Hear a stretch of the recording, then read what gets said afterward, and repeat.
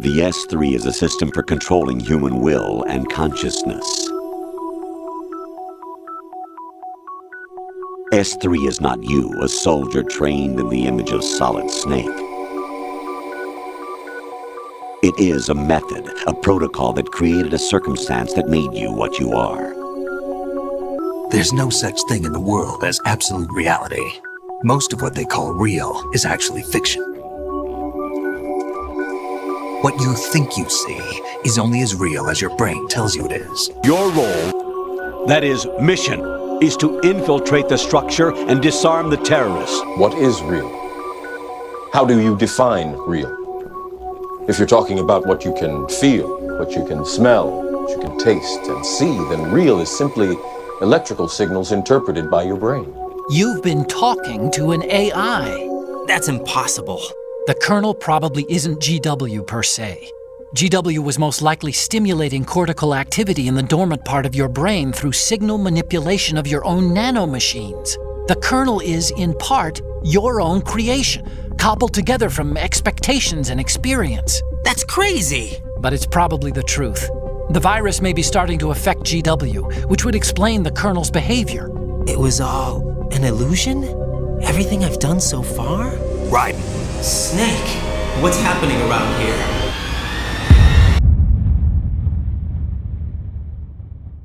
Simulation complete.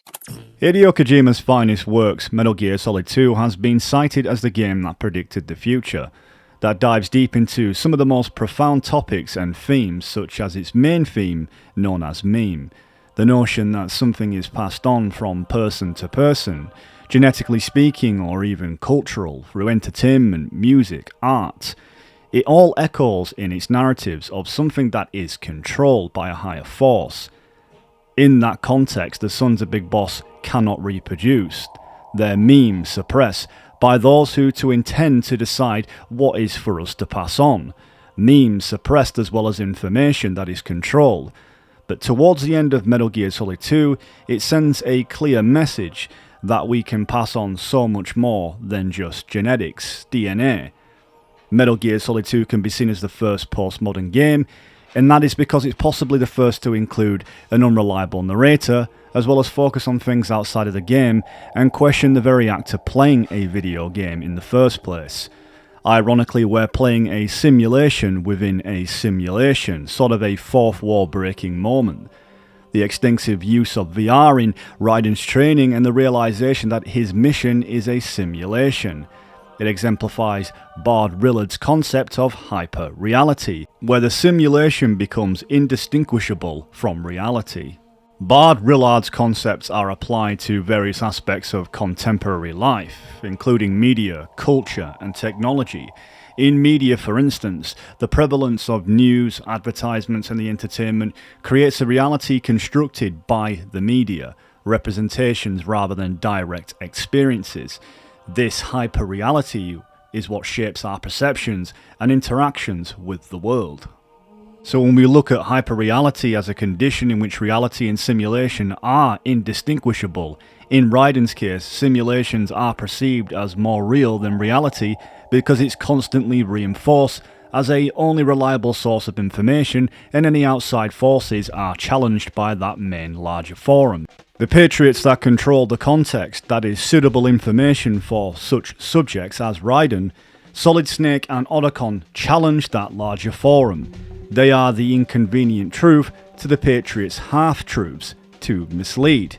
And in between it is Raiden searching for the more convenient truth to suit his own psyche. Colonel, you were monitoring the codec calls. That man was the real Snake all along.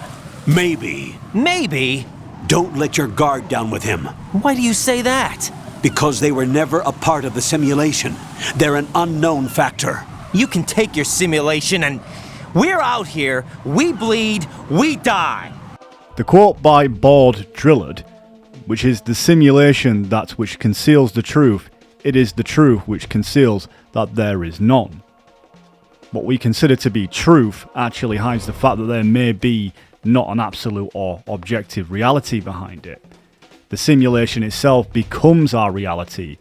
There is no deeper truth behind it.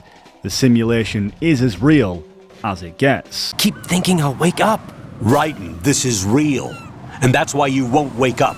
But nothing seems real. I've made up my mind to stay with you.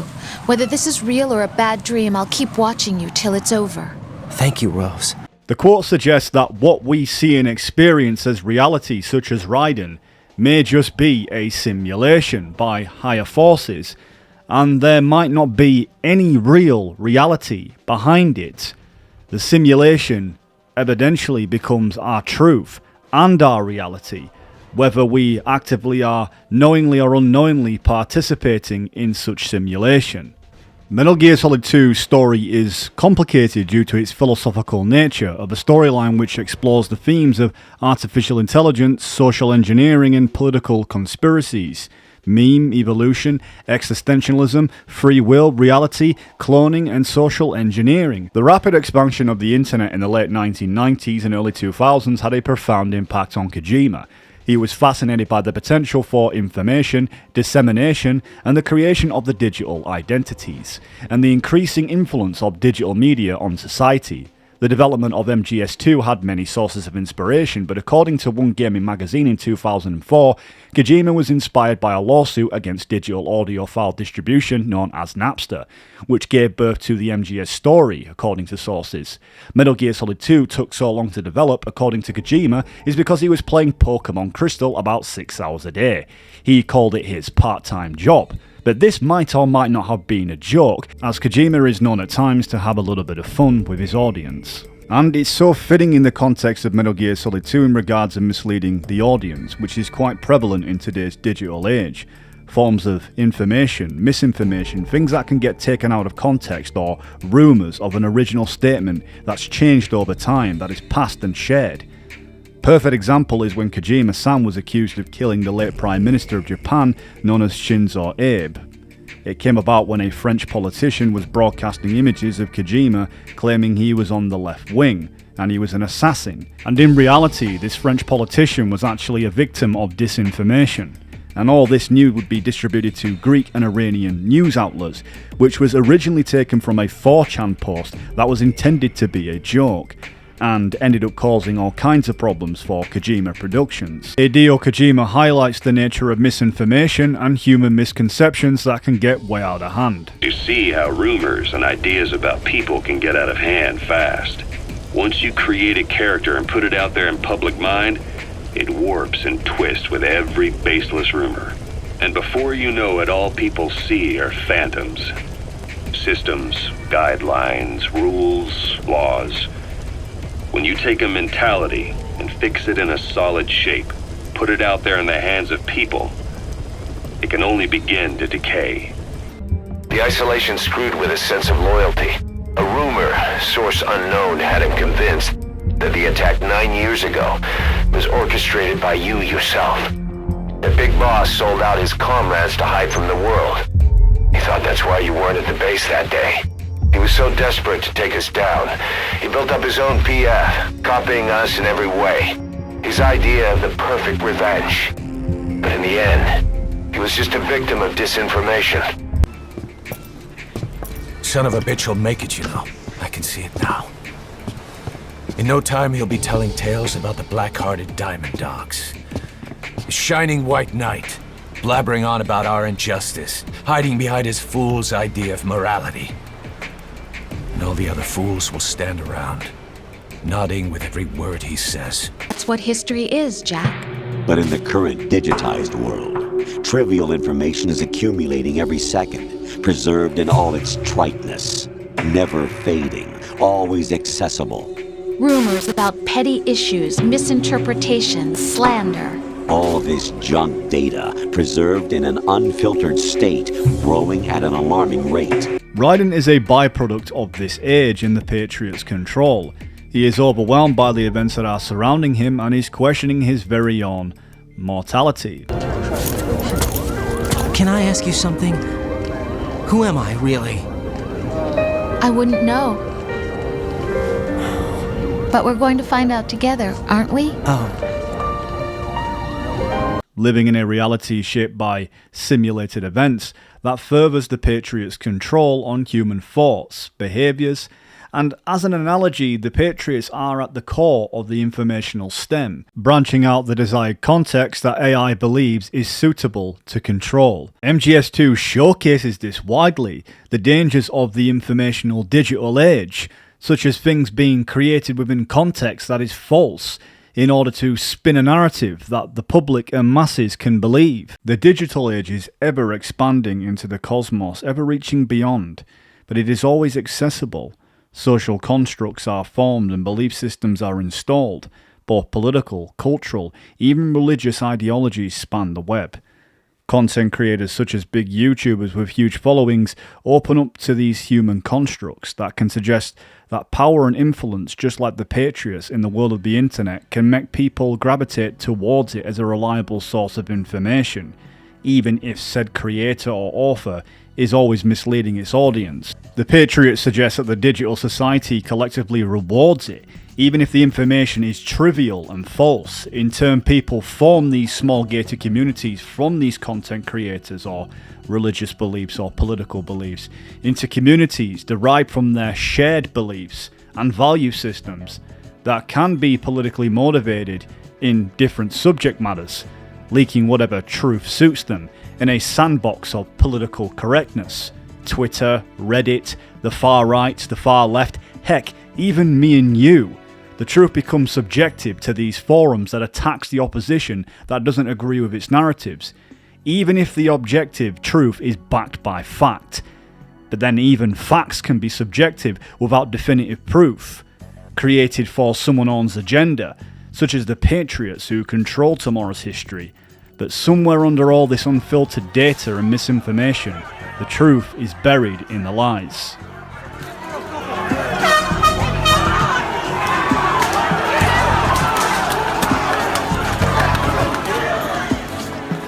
Day and age, information emerges from every direction and is freely distributed. A variety of information gathered by servers employing the latest in high-speed communication networks and P2P technology is rapidly circulated to individuals. In fact, the speed of this circulation process is accelerating on an almost daily basis. The Patriots seem to be afraid of this development. Apparently, they believe that their role will shift from dominant to dominated. It's our responsibility as rulers.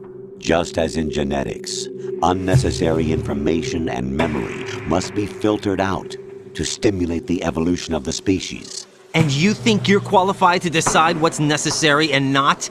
Absolutely. Who else could wade through the sea of garbage you people produce? Let me give you an example. You're aware of Solid Snake's anti-Metal Gear activities, aren't you? Yeah, I know a little about it. Well, that's just a small sample of uncontrolled information. I can guarantee you the Patriots did not want Solid Snake's name publicized. Now, look at it like this. Political scandal, corporate corruption, up until now, the Patriots have managed to keep a lid on these and other self-serving events.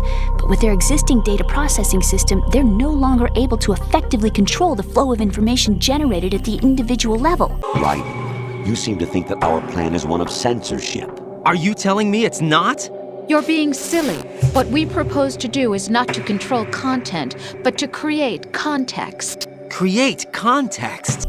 With the newly created system, they can fully regulate digital information. High-level information can be categorized in stages, given clearance levels, and deleted as necessary, never to be seen by the public. By deleting such information, the Patriots can shape the course of history as they see fit. And the age of digitized communication has given even more power to the individual. Too much power for an immature species. Building a legacy involves figuring out what is wanted and what needs to be done for that goal. All this you used to struggle with. Now we think for you. We are your guardians, after all. You want to control human thought? Human behavior? Of course. GW is a system that allows the Patriots to decide what will be recorded in tomorrow's history. So what we're talking about is one huge censorship system for deleting information which might be inconvenient to the Patriots. Exactly. The Patriots AI boasts its ability to filter data with an efficiency surpassing that of a human brain, presenting information in ways that do not disrupt political climates. Humans instinctively inclined to protect themselves from truths that clash with their ideologies. retreat in echo chambers and groups, often disregarding ethical considerations. This instinctual behaviour leading to the exponential generation of conflicting memes. It's a product of genetic evolution and should ostensibly remain unchallenged by nature.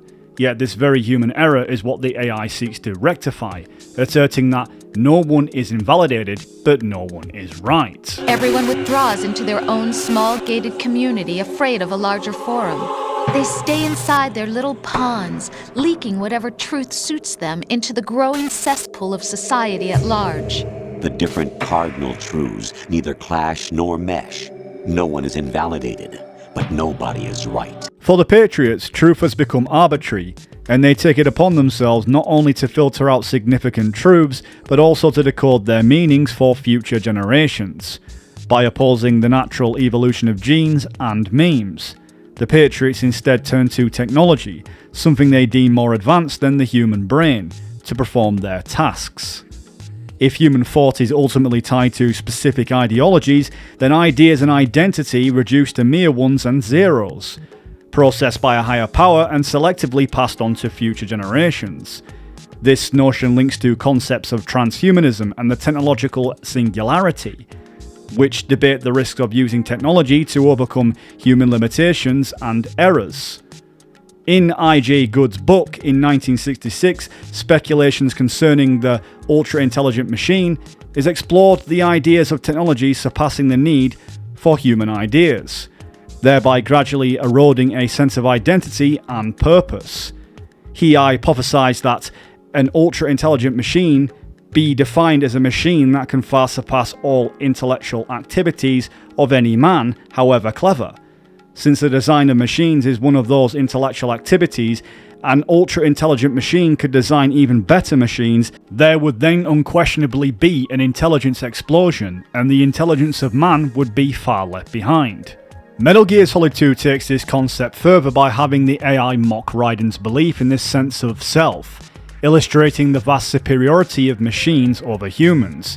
The AI condescendingly informs Raiden that he lacks the qualifications to exercise free will, suggesting that his identity is a product of various external influences, a condition that extends to billions of people. If people create their own truths and cling to them, they remain entrenched in their own meme pools and ideologies, perpetuating false information. The AI born from memes developed within the White House considers itself capable of discerning true freedom and the truths behind it, thus assuming control over human behaviour and the shaping of identity. This narrative reflects a profound philosophical dilemma, the tension between natural evolution and technological intervention. Jack, don't be silly. Don't you know that our plans have your interests, not ours, in mind? What? Jack, listen carefully, like a good boy. In relation to Metal Gear Solid 2, the movie The Matrix comes to mind. This 1990 science fiction film depicts a dystopian future where humanity is unknowingly trapped inside a simulated reality, created by intelligent machines. These machines distract humans whilst using their bodies as an energy source. Ironically, in the intro of The Matrix, with its codes and numbers, is very similar to the intro of Metal Gear Solid 2, showcasing technological and cyberpunk influences in the digital age, both pieces of entertainment which were born during the rise of the internet and the very digital age. The protagonist Neo discovers the truth and joins a rebellion to break free from this virtual prison. Metal Gear Solid 2 Sons of Liberty shares several thematic elements within the Matrix, particularly regarding simulated realities, control, and awakening to the truth. In comparison, Raiden follows a similar path to Neo, a journey towards an awakening and realizing that he is being controlled and manipulated within a simulation. His reality is distorted and reinforced, masking the true nature of his existence. You see, you're a perfect representative of the masses we need to protect. This is why we chose you. You accepted the fiction we've provided, obeyed our orders, and did everything you were told to. The exercise is a resounding success. Didn't I tell you that GW is still incomplete? But not anymore, thanks to you. Your persona Experiences, triumphs, and defeats are nothing but byproducts. The real objective was ensuring that we could generate and manipulate them. It's taken a lot of time and money, but it was well worth it considering the results. Just like the Patriots in MGS2 who manipulate and control information, the Matrix has agents. These agents are guardians within the computer-generated world of the Matrix, AI, protecting it from anyone or anything that could reveal it as a false sense of reality or threaten its stability. They actively blackmail and sway Neo, attempting to keep him within their guidelines and prevent him from uncovering the truth. In both narratives, the protagonists struggle against these forces to gain autonomy and uncover the deeper truths that are hidden behind layers of deception. A simulated solid snake shaped by VR regimen. Sound like someone you know, Jack? I'm sorry to see you reduced to one of the Patriots' puppets. In the Matrix, there is a concept called the blue pill and the red pill, which ironically enough has made its way into popular culture to describe a choice between remaining in a state of blissful ignorance, the blue pill, or accepting a painful reality, the red pill. Concept further suggests to stay in a blue pill mentality. In the case of MGS2 is to buy the narratives of the simulation. In Raiden's case is to stay in a state of ignorance and bliss to a truth that counters it, such as a red pill concept, realizing that the situation for what it is essentially breaking free from a convenient truth, but accepting a objective reality. The Patriots are our master, such as the agents are to Neo. It's a constructed reality in a reality itself to mislead. Half of what I'd been told was a complete and utter lie. The other half was a conveniently constructed lie. Where's the truth then? It's hidden in the lies. Throughout all of this, Raiden is faced with a choice and finds himself on the fence of all the narratives that he receives, both from the Patriots and Snake and several other characters in the events that take place in the game, that counter the Patriots' simulation and narrative. At first, Raiden wholeheartedly believes the Patriots' AI, and then all of a sudden starts to question it, especially when others mention about the true nature behind the big shell and the terrorist intentions. All these statements outweigh the Patriot's script to protect its own power, from what Raiden can see. We know that in several times in the game, the Patriots are trying to socially engineer not just the public, but Raiden's perception, and we the player itself, all into not trusting anybody else but the main narrative, and disregarding any other source, such as Snake or Otacon, which are the catalyst to the Patriots' control system. Raiden, I trust that you don't actually believe what that guy Pliskin told you, right? I believe him. There's something about him, like an iron will. Enough to trust. Raiden. He's not included in the simulation. Don't trust him, ever. You got it? Roger that. Colonel, did you hear the truth about the Shadow Moses incident? Yeah. Snake wasn't a terrorist. You look thrilled. Huh? Yeah. So you just believe everything that he told you then? What did you say? Don't trust him. He isn't in the simulation. Simulation again. What exactly are you talking about? Don't put your trust in him. Just carry out your duties to the best of your abilities. Do you understand, Raiden? Are you expecting that Pliskin to come through? Well, looks like he's turned his radio off too. I can't complete this mission by myself. That man was not included in the simulation. He is not a factor in this mission. What do you mean by that, Colonel? In denial. You simply resort to looking for another, more convenient truth in order to make yourself feel better. Leaving behind in an instant the so-called truth you once embraced. What MGS2 does is tell us that everyone can in fact be a victim of disinformation. Because if we look at the most of the characters in MGS2, they are a part of the simulation, through pieces of misinformation that have been shaping their misconceptions and their interpretations that have been pre-predicted. But their psyches that are connected to a system via nanomachines is that essentially lays an open log of information that can make the narrator construct the events based on people's emotions. Hence the idea of merging human with machine, transhumanism. Or even something just as simple as social media where people can share their lives on a daily basis. What better way to control your subject if you know every single thing about them? I reinvented myself to suit your tastes. Hairstyle, clothes, the way I moved, things I talked about. You say you love the color of my hair, my eyes. They're not even real. You must have gone over my psych profile with a fine-tooth comb. It was my job. Great performance. Had me completely fooled. What I really wanted was for you to see the real me. It hurt to play out this artificial romance. It was worse to lie to myself than to you. The more love you gave me, the more it hurt. Because I knew the person you loved was just a character. So it was artificial on my end too. It was just a game, not the real thing. You've been our puppet all along, just like Olga. No!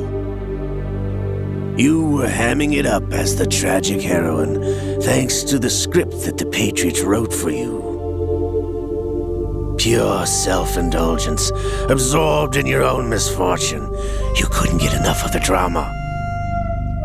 I could have died whenever I wanted to. Solid Snake and Otacon are like Morpheus and Trinity in the Matrix. They provide necessary guidance and support to help the protagonist, us, Raiden, to understand the reality and fight against oppressors. They are both playing crucial roles in helping Raiden see through the illusions and manipulations that they once fell victim to. I was part of the Army's Force 21 trials. Force 21? That's about tactical IT deployment, right? Any field experience? No, not really. So this is your first. I've had extensive training, the kind that's indistinguishable from the real thing. Like what?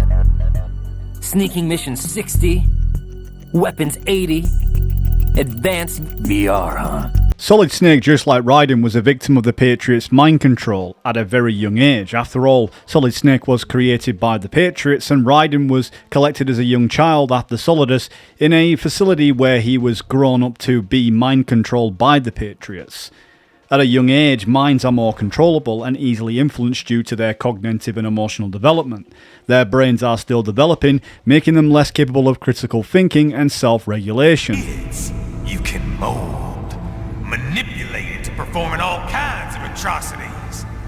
And there's nothing like a good atrocity to keep a war going. You could say that the Patriots have significantly shaped their behaviours and attitudes. In MGS1 there is a VR game mode where Solid Snake undergoes training similar to the events of Shadow Moses, somewhat of a form of pre-prepping before his mission, a task Solid Snake would utilise in VR training, just like Raiden on the Discovery prior to being deployed to the Shadow Moses island, to quell the terrorist revolt nuclear threat that was located there. Which is a fourth wall breaking moment to the audience as well, to train us to be ready for the simulation of events that we will partake in. In essence, it's more than just a game mode. It's a form of mind control, image training that can actually go overlooked. In contrast, MGS1 and MGS2 are closely related in many ways.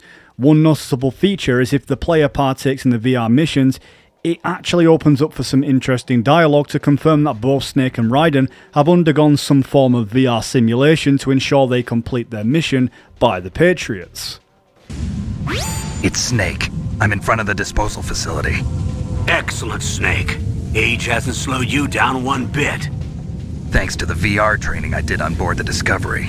You are now designated Raiden. All right, Raiden. You've already covered infiltration and VR training. I've completed 300 missions in VR. I feel like some kind of legendary mercenary. Metal Gear Solid 2 is considered meta for several reasons, as it entirely breaks the fourth wall, comments on its narrative and game mechanics. Characters often acknowledge the game's mechanics and the player's actions, making the player aware of the artificiality of the game's world, even commenting on the game's controls. It might just be a little bit of fun to actually exemplify this meta, but at the same time it's bizarre how the characters don't question what the hell are people talking about when they say press the select button. When you want to use the codec, push the select button. Even MGS2's game structure and many plot points deliberately mimic those of the original Metal Gear Solid, prompting the players to question the nature of sequels and originality in storytelling. and to the audience could have easily overlooked, especially to newcomers who haven't played MGS1. There was even those who did and didn't even know it was a copy of the events of Shadow Moses. We was just like Raiden, oblivious, delusional, but in the context of Raiden, his mind is shattered with PTSD, trauma, and even nanomachines that were probably suppressing certain thoughts up until GW became corrupted because of the virus. Come to think of it, we was completely under mind control before MGS2 even came out. All intentional, of course, by the narrator as the themes it was trying to convey, to mislead its audience, just like the characters in the game. In the postmodern epoch, theorists often claim that originality in art is a bygone concept. Every artistic object, whether a painting or a novel, is seen as a collage of pre-existing art. Intertextuality stands in the heart of contemporary and cultural production, and video games incorporate elements from all art forms.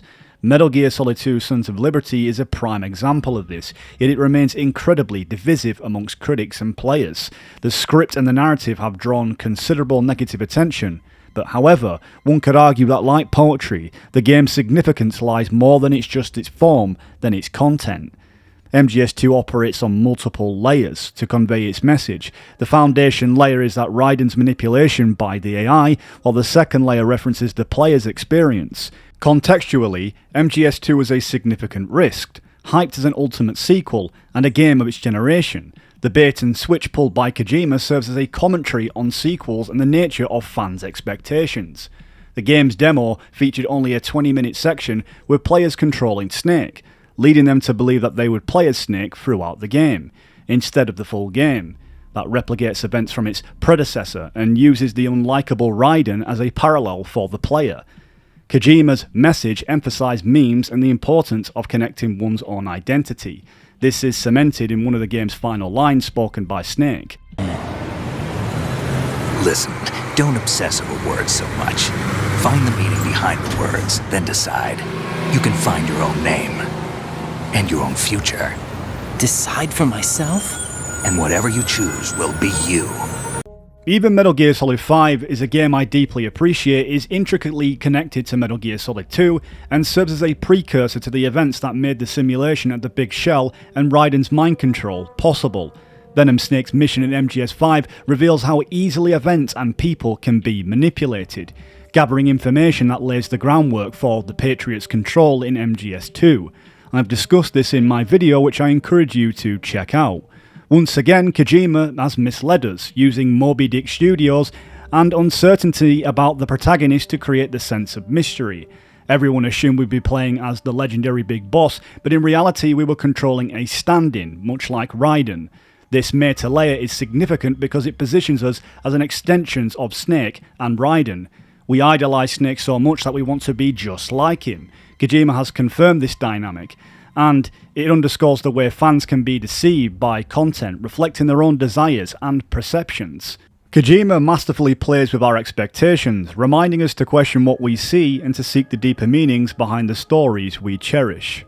So I guess under the right circumstances, anyone can be shaped into Snake, right? Given the right situation, the right story, anyone can be shaped into Snake. Even rookies can fight like men of experience. His altered state of consciousness has helped us implant powerful suggestions through induced hypnagogia. He's experienced all your missions on record and shares all your knowledge and experience to make him believe that he is the one true Big Boss. No one around him will doubt that he's the Big Boss they know. All right, Raiden. You've already covered infiltration and VR training. I've completed 300 missions in VR. I feel like some kind of legendary mercenary. It's even explained that Raiden's actually already covered the tanker mission in VR, designed to shape Raiden into Snake. As he's already explained, he's undergone similar missions to Shadow Moses. Raiden's mission via the VR in the tanker is actually briefly even showcased in one of the cutscenes, and when Snake explains he doubts that the mission that he actually played accurately simulate the events that happened in the actual mission. I've gone through VR training of the tanker mission before. Yeah? Well, I doubt it accurately simulates the events of that mission. Didn't choose Snake to be a hero. So they decided to do a smear campaign. I think the Patriots wanted to make an example of him so everybody would think twice before opposing them. That's it! They set all this up just to nail you guys! The irony is Raiden is being trained almost in the image of Snake whilst being fed the Patriots narrative. That Solid Snake is a terrorist, hence changing his name to Raiden. The whole events of the Big Shell are really profound when we take a closer look, because at first glance it just appears to be an ordinary mission at first, but when we take the red pill and we notice it's all actually being perfectly set up for us, such as hacking into terminals and nodes connected to the Big Shell's operational support network, with communications that connect through the nanomachines inside the body all hooked up all over the very Big Shell, to give us the enemy's location. It's like the Patriots are letting us tap into their tech via the soldiers' nanomachines that are hooked up to the system, as MGS2 explains. After all, the Big Shell is a cover-up for the Patriots' secret weapon known as Arsenal Gear. Even the dialogue presented by the AI kernel is very robotic, especially once you played MGS2 and realise all along a machine was behind these events. It's quite profound. Characters seem eerily aware of their own existence, while as making the audience question their own in this fourth wall breaking moment that just seems like a simple guide. The bright dot in the middle is you, Raiden. The red dots are your enemies, and the blue cone shape represents their field of vision. Your radar isn't affected by the weather, but if you're discovered by an enemy, you won't be able to use it. It gets jammed easily, I'm afraid. It's all made from currently existing technology. You won't be able to use it in an area with strong harmonic resonance, so be careful. The Big Shell's layout map should now be available after touching the Start button. So in MGS2, VR plays a crucial role in shaping the protagonist, Raiden, through extensive VR training, which is designed to prepare the audience and Raiden by immersing us in a simulated mission very similar to that of the main mission. This mirrors real-world VR training that is used in various fields, from military exercises to medical procedures. VR in the world that we know isn't as advanced yet like it is in MGS2, where not only do we experience the simulated content visually, but we can actually feel and smell, and our senses are hooked up in the experience that we are feeling in reality. Which brings me back to the movie The Matrix, which is essentially just that. Neo and other people go about their lives in the Matrix experiencing everyday life, feeling every sensation, when the truth is they're all hooked up to these pods, being kept stimulated with coding and information feeding their subconscious brains whilst they're all blissfully unaware inside this simulation. In essence, humans are connected to the Matrix via neural interfaces. These interfaces feed sensory data into their brains, making the simulated reality indistinguishable from the real world. You don't get injured in VR, do you? Every year a few soldiers die in field exercises. There's pain sensation in VR and even a sense of reality and urgency. The only difference is it isn't actually happening. That's the way they want you to think, to remove you from the fear that goes with battle situations. War is a video game. What better way to raise the ultimate soldier? I think what serves as an interesting side note for my analogies regarding the Matrix is even Neo is trained through a form of VR training to fight the agents. The concept's a little different, as all the fighting knowledge is essentially uploaded to the subject's brain, making them skilled within seconds. But Neo alongside Morpheus train inside a digital dojo to hone their skills. Plenty of studies have shown that video games significantly influence players' attitudes and perceptions. We idolize game characters, collect merchandise like shirts, figures and pictures, and even adopt some of their traits. For instance, fans might emulate Solid Snake's stoic demeanour. There's evidence suggesting that first-person shooters, like Call of Duty, have inadvertently aided those military recruitment processes, particularly among young individuals. Many of these recruits may have never handled a real firearm, but have basic understanding of how one operates due to their gaming experience. Raiden's attitude towards VR in Metal Gear Solid 2 reflects the phenomenon treating the simulations as a mere video game. However, Snake suggests that these VR simulations are meticulously designed to desensitize users to the fear associated with real battle situations. Gamers chase high scores, kill streaks, perks and colourful weapon customizations, often losing sight on the harsh realities of combat. The Metal Gear Solid series, particularly through its portrayal of VR training and simulations, serves as that stark warning about the desensitizing effects of those virtual experiences on our perception of war. The US Army has utilised games like America's Army as a recruitment tool, demonstrating the potential for video games to influence young minds towards military service. A report by the RAND Corporation in 2008 highlighted how such games can create a positive perception of the military among players. Nowadays, anyone with a computer can get combat training. The FPS games that these children love are distributed for free by these companies. Of course, it's all just virtual training. It's so easy for them to get absorbed by these war games. And before they know it, they're in the PMCs holding real guns. These kids end up fighting in proxy wars that have nothing to do with their own lives. What's truly profound throughout most of Raiden's mission, he's actually been in the big shell before via VR missions. What we think we see as just a special VR game mode is actually so much more, even though it's not widely referenced within the game itself. What is bizarre in this exchange between the Colonel and Raiden regarding the mission is that Raiden recognises the area like he's been to the big shell before. But what's bizarre, he doesn't ever question how the Colonel knows this place so well, only really up and towards the end of the game. Colonel, I remember this place. Of course you do. This is level 1 from the VR missions.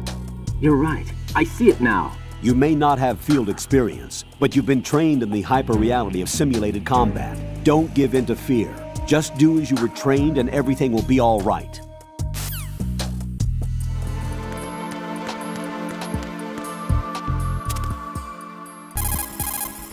I feel like I know this terrain. Wasn't it in the VR training? Nikita weapon mode, level 4. Do you recognize it? Oh. So that was another rehearsal for this mission. No, a simulation. Not the same thing as a rehearsal. Leverage the experience from your VR training, Raiden. A perfectly real VR experience is in itself an accomplished result. Have confidence in your abilities. This exchange comes to show how desensitized and disillusioned Raiden is. Like he can't differentiate between VR and the real world. He still thinks he's in a rehearsal, like he's definitely been there before in reality, when in fact, the AI Colonel confirms that it's actually a simulation. Snake, have you ever enjoyed killing someone? What are you talking about? I'm not sure. Sometimes it's hard to tell the difference between reality and a game. Diminished sense of reality, huh? VR training will do that. The narrative takes a profound turn as the audience awakens from a metaphorical matrix and Raiden's memories collectively resurface throughout the game. We have been misled at every turn, only to realise that Raiden does indeed have former military experience, but his memories have been meticulously suppressed, and the Patriots have implanted nanomachines directly into his brain, specifically targeting his cerebral cortex. And the cerebral cortex is that of a crucial part of the brain involved in numerous complex functions, including visual processing, sensory perception, and the regulation of emotions and behaviours. This explains why Raiden's experiences in Arsenal Gear feel so disjointed and surreal, resembling an AI simulation akin to the optional VR missions in the game's menu. The strange interfaces on the walls, the cryptic codes, and the overall bizarre environment can be attributed to a mixture of Raiden's trauma and the resurgence of his suppressed memories, leading to a sensory overload. The nanomachines in Raiden's cerebral cortex do play a pivotal role in manipulating the information processed by his brain. This is why Arsenal Gear appears as a distorted simulation, contrasting sharply with the rest of the Big Shell's facility. Metal Gear Solid 4 reinforces this idea when Snake revisits the location, revealing starkly a different reality to what Raiden perceived. The cerebral cortex involvement in emotional and behavioural regulation is also crucial. Raiden's composed demeanour at the beginning and ability to handle extreme stress can be attributed to the AI's control and stabilisation of his emotions through these nanomachines, just like Meryl mentions in Metal Gear Solid 4. Where the soldiers are clearly showcased when their nanomachines are not regulated properly, they kind of go into an emotional turmoil. This control falters when the AIGW becomes corrupted by Emma's virus. That leads Raiden to this erratic experience and heightened emotional states, hence why Raiden seems to be a lot more emotionally unstable towards the end of the game.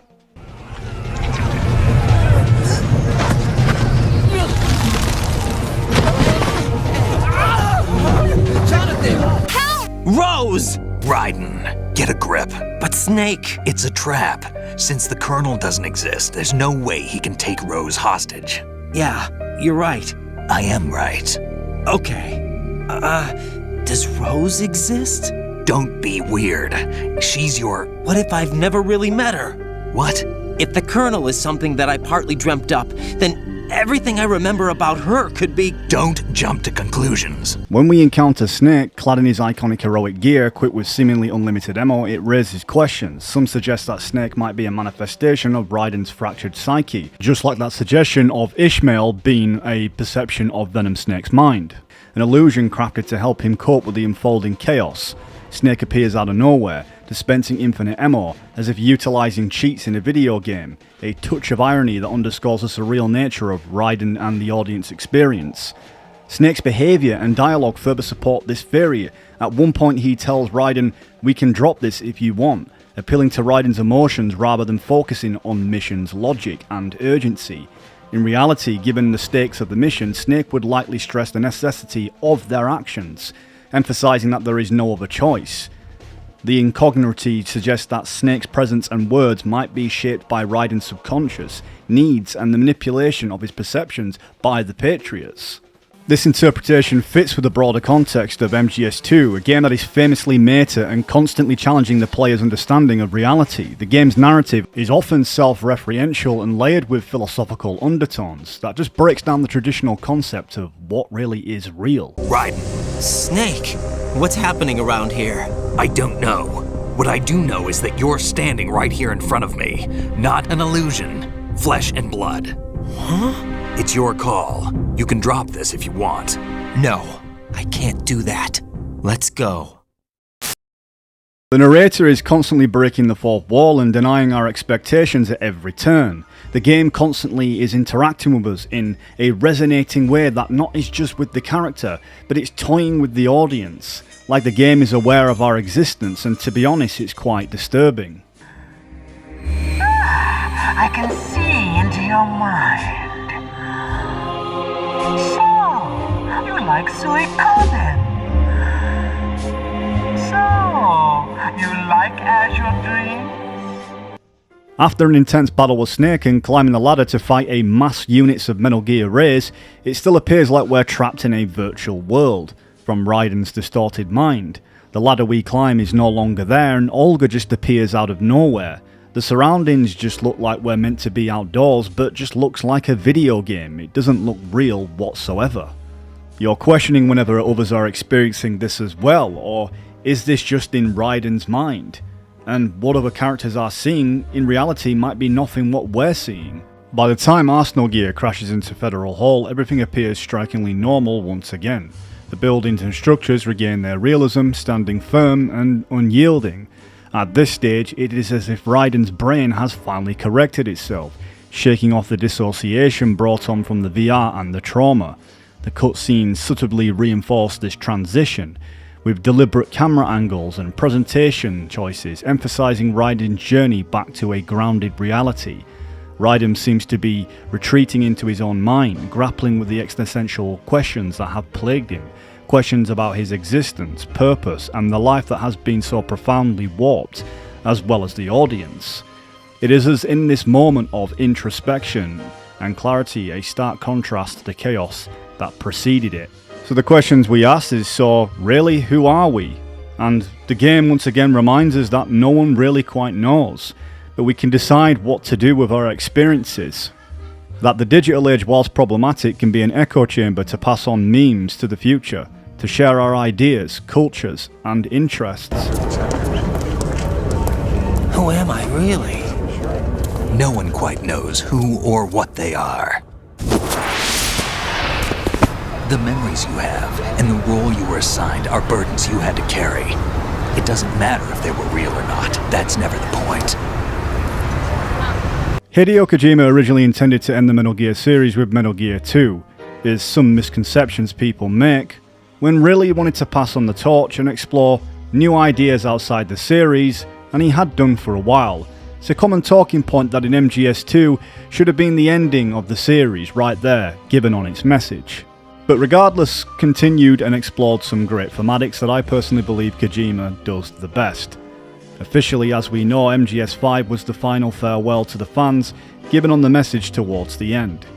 Kojima has brilliant conclusions to end his games, a ultimate message to his fans. Where we are today, we built it. This story, this legend, it's ours. We can change the world and with it the future. I am you and you are me. Carry that with you wherever you go. The beauty of MGS2 is we've not just experienced a video game, but an experience that made us question our very own existence. Even the video game showcases this, with Raiden rejecting the dog tags with the name that we chose, breaking free from us ironically, in a moment in the game where we can no longer use the controller to control Raiden, whilst breaking free ourselves from our own constraints. A new name, new memories. Choose your own legacy.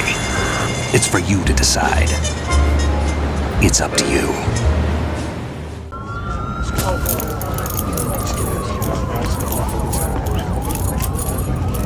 Dog tags.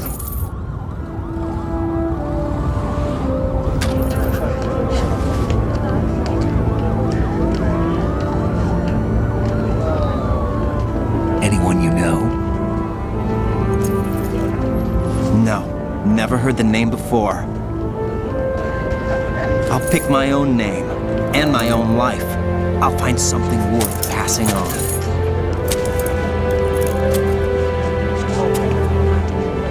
So in the closing of this video, the memes still live on, just like this wonderful series. A game with a meta-narrative on the implications of free will and meme evolutions, commenting on transhumanism and the accelerating advancement in artificial intelligence, which places the player, the person, into the simulation. The game is warning them about surely bears more significance in passing its message than any other media.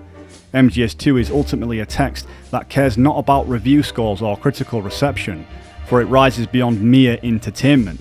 It is simply an interactive message to be experienced. It is a warning. I am the Voicebox, thank you for watching, and until we meet again.